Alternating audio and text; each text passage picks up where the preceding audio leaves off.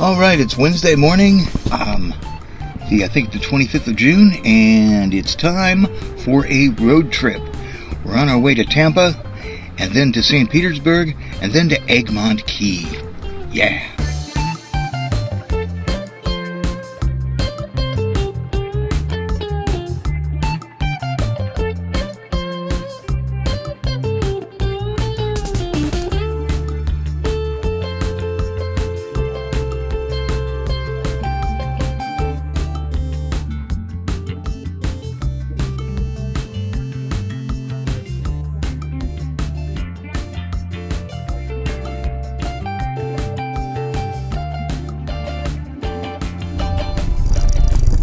I'm on the I-275 now, just heading into downtown Tampa, Florida on my way to St. Petersburg, where I'll board a boat that will take me to Egmont Key. On this island, situated in the mouth of Tampa Bay, are the ruins of Fort Dade, part of the coastal defense commissioned in 1898 to protect the right plumb of Tampa Harbor from Spanish invasion during the Spanish-American War. Oops. I'd better concentrate on driving now since I've only got minutes until the boat departs.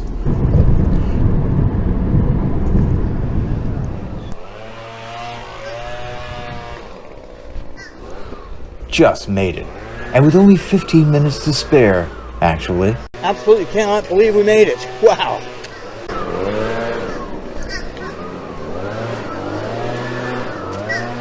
It's gotta be them over here. And here's our boat. The Calypso Cat, coolest cat on the water. Come on board, and we'll get underway. Alright guys, we are out of the no-wake zone now. I'm going to speed up. Make sure nothing can blow away your hats, your towels, or your children. Kids, hold on. This is Island Boat Adventures, one of the several companies running tours out to Egmont Key, which is about 40 miles southwest of Tampa, or 31 miles as the crow flies, and is only accessible by water. The captain's name is Vinny, and his first mate is John. I've sailed with both of them before. We'll be landing on the key in a while, where we can disembark, explore the island and its ruins, check out the wildlife, and maybe hunt for shells. Then we'll move on and dive the ruins of the Birchstead Battery, one of the fort's gun emplacements that's now, thanks to continuing erosion, underwater. But first, it's off on a dolphin watch. You can see where the water, it looks like the water's boiling over there. That's a bunch of little bait fish. It's probably bigger fish chasing those around. The dolphins are chasing the fish, they're chasing those. The whole food chain's going on right there. I saw it.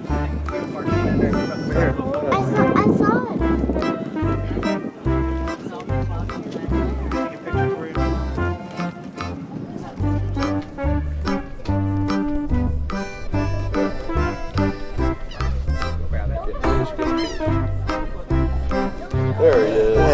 Yeah. Oh, look!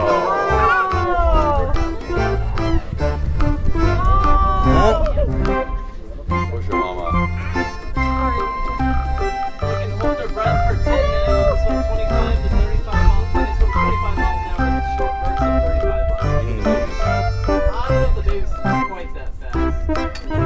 But if they wanted to disappear, they could. But no, the babies, they have smaller lungs. They can't move much like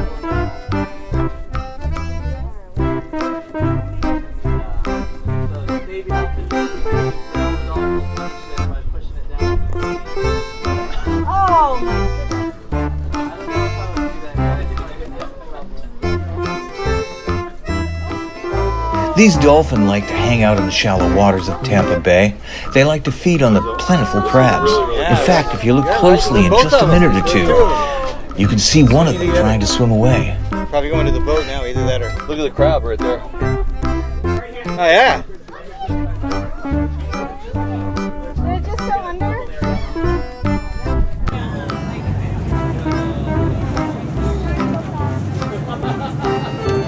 Guys, I'm going to look for some more a little later on in more deeper water. We're getting... But now, it's full speed ahead for the key.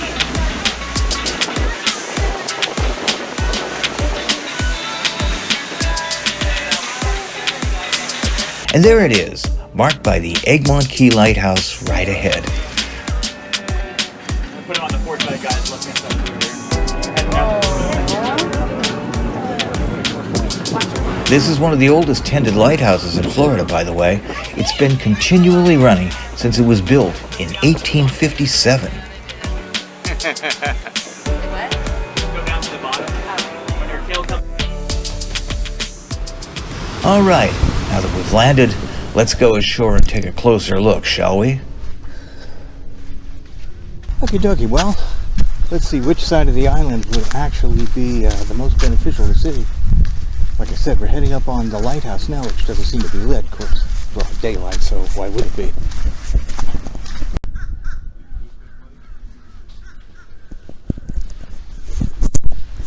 Well, now let's go see what this crowd is so fascinated by.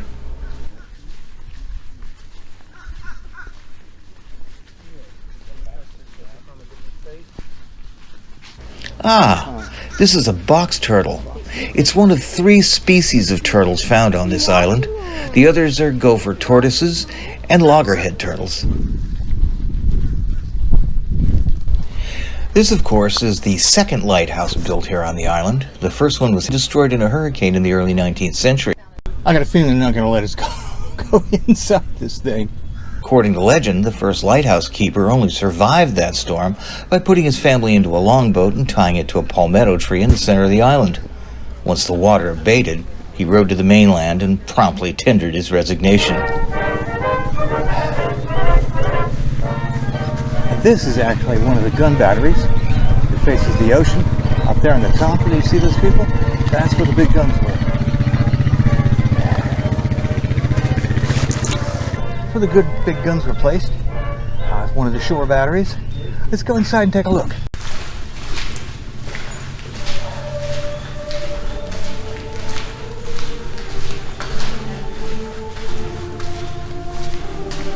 Aha. Ooh, it's spooky. Ooh, water condensation. Let's go up and see what we have up here.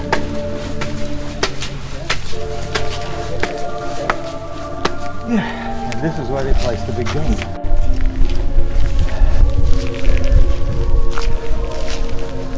Yep, see the big mounts down there? And over the top of the wall, that's the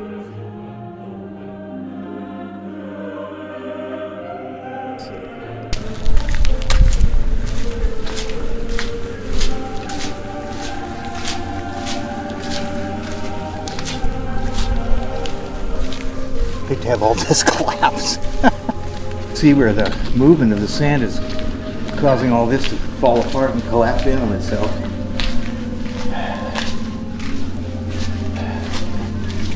Yep. I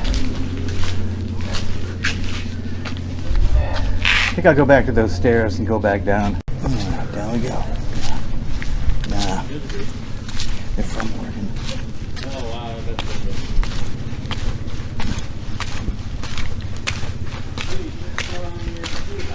Down we come.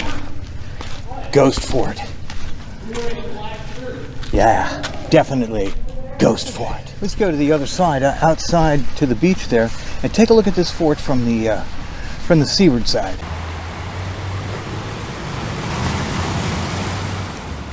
There you go. Just on top of the bluff. You see the rim of the fort, and that's where the guns would have fired from. Huh. Yeah, would have had a surprise for the Spanish, all right.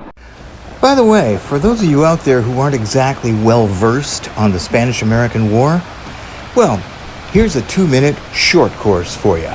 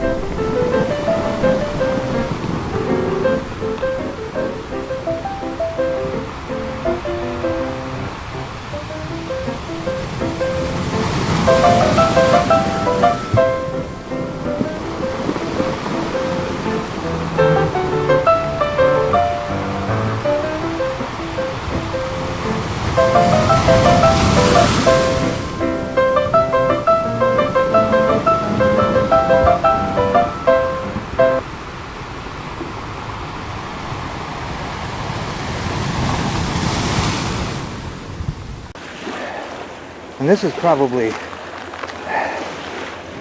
probably tracks to move the big guns. That's what I'm thinking anyway. To the fort. Look at the tree line. Well, now let's take a little stroll down the beach and see what turns up. Just look at that beautiful green water of the Atlantic. And check out this beautiful blue sky. Almost like paradise. Well, would you look at this? Looks like at least one of them managed to avoid the dolphins, doesn't it?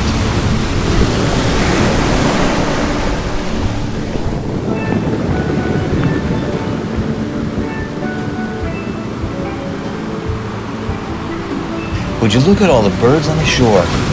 Guess I shouldn't be surprised though. Egmont Key is a Florida state park, but it's also a wildlife preserve. I thought these birds were gulls at first, but I'm no ornithologist. Actually, I have no idea what these are.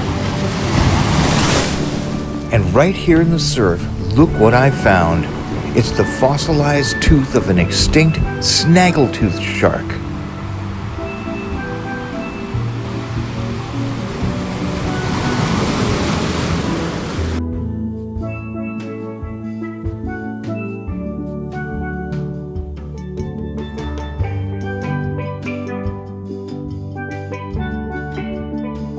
Who you calling a pet? But now it's back aboard Calypso to continue our voyage out to the underwater ruins.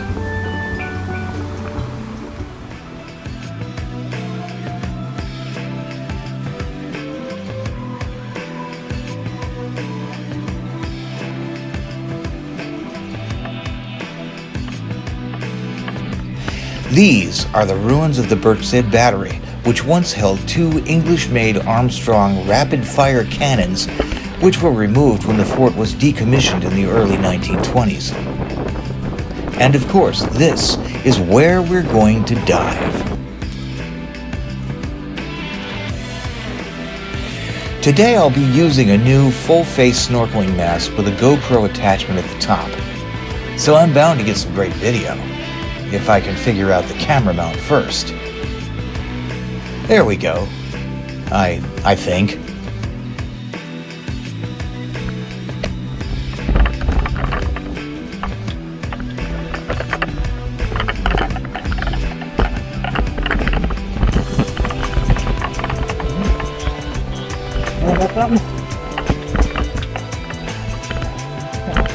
Hooray for Amazon.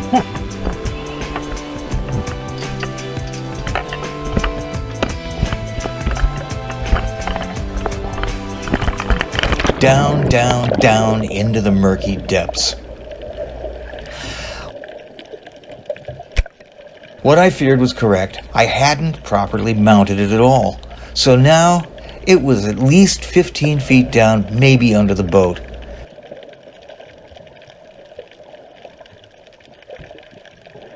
But I didn't realize it until I got to the ruins and discovered it was gone. Not much clarity, but the water feels good.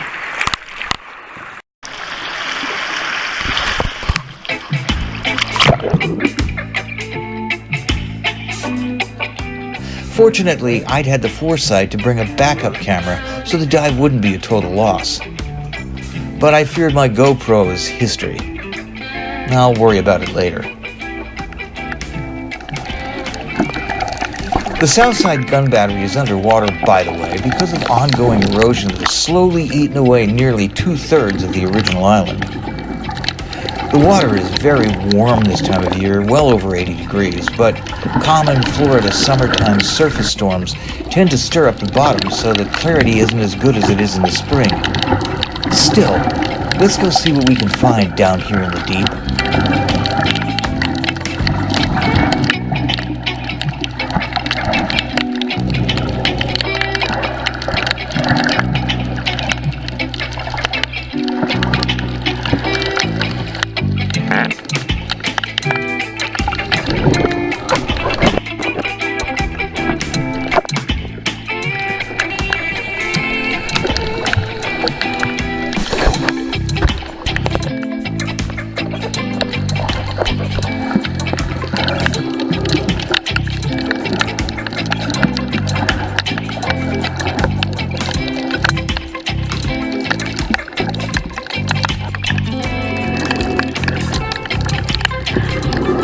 any other reef, man-made or natural, it attracts a variety of coral and exotic sea life. For example, look at this. Is it a brain coral or an alien? Dun dun dun dun!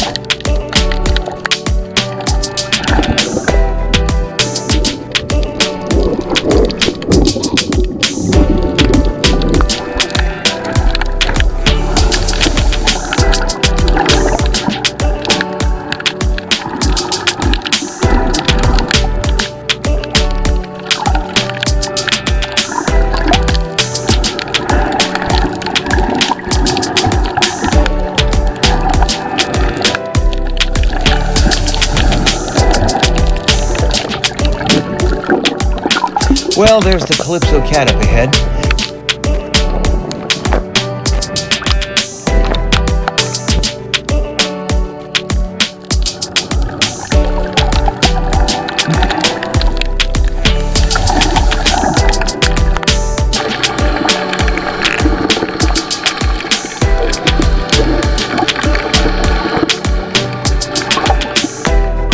But before climbing on board, I think I should dive down and at least try to find my GoPro camera. It can't have drifted too far, if I'm lucky.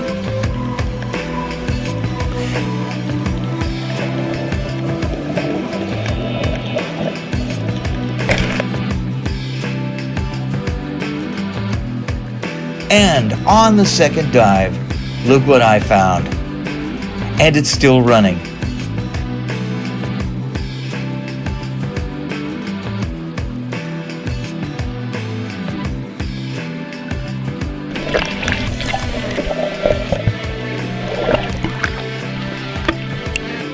How's that for luck?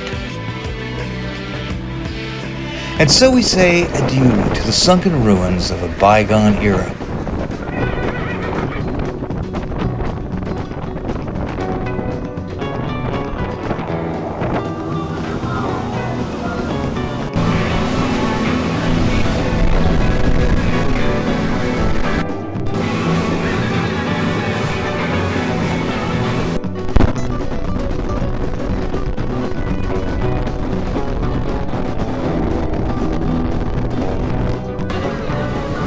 But we're not alone as we cruise for home. I think I got it on camera.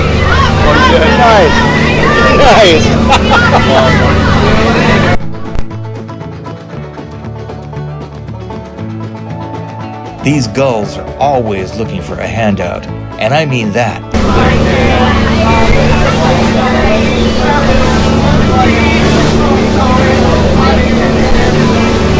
Oh, she did. There you go. She dropped it. Good snag, though. Well, thanks for joining me on a voyage to this mysterious island. I'm Davey, the last wanderer of Mars. This has been my film, and I hope you've enjoyed it.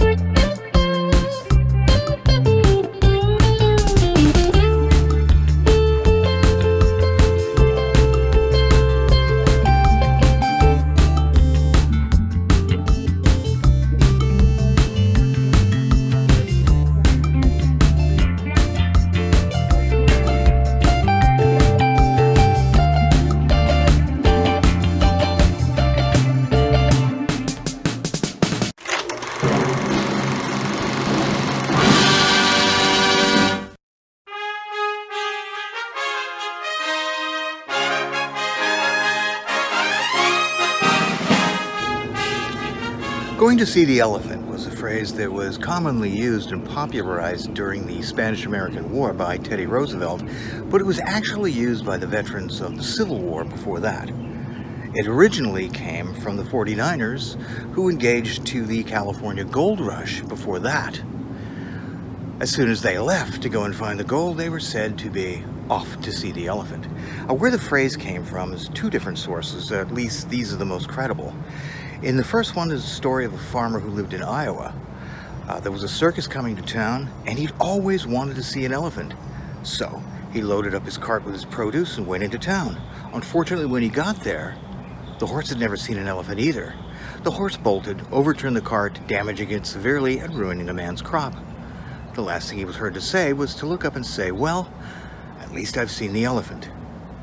The other story that accounts for this phrase is the fact that the elephant acts were always the last act at the circus. So if you saw the elephant, you'd already seen everything else first.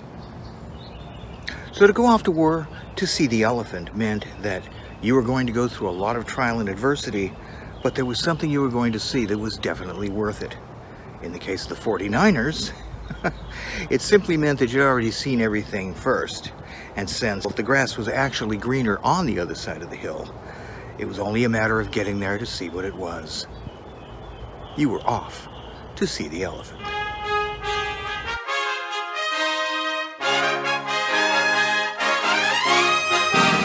Well, here's a couple of little facts about Egmont Key. Fort Dade was commissioned in 1898, but there was never a shot fired in anger from that fort. Reason being is that the Spanish fleet was destroyed and the war was over long before the fort was ever finished. Nonetheless, it was completed in 1899 and continued to be used all through World War I until a hurricane damaged it almost beyond repair in the early 20s, and so it was decommissioned. However, as it turns out, there was plenty of money to have fixed the fort because of this curious little fact, and I think you're going to like this piece of trivia just as much as I do. When war was declared against Spain in 1898, Congress enacted an excise tax on long-distance telephone service in order to pay for the war. Now, this only actually affected rich people because, let's face it, in 1898, rich people were the only ones who could afford a telephone.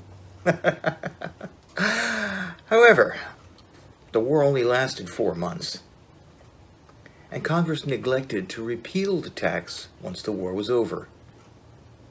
So it continued to be collected for over 100 years until the IRS discovered its mistake and repealed the tax in 2006. So I'll bet you never knew when your phone bill was due that you were actually paying to go and see the elephant. Hello, IRS?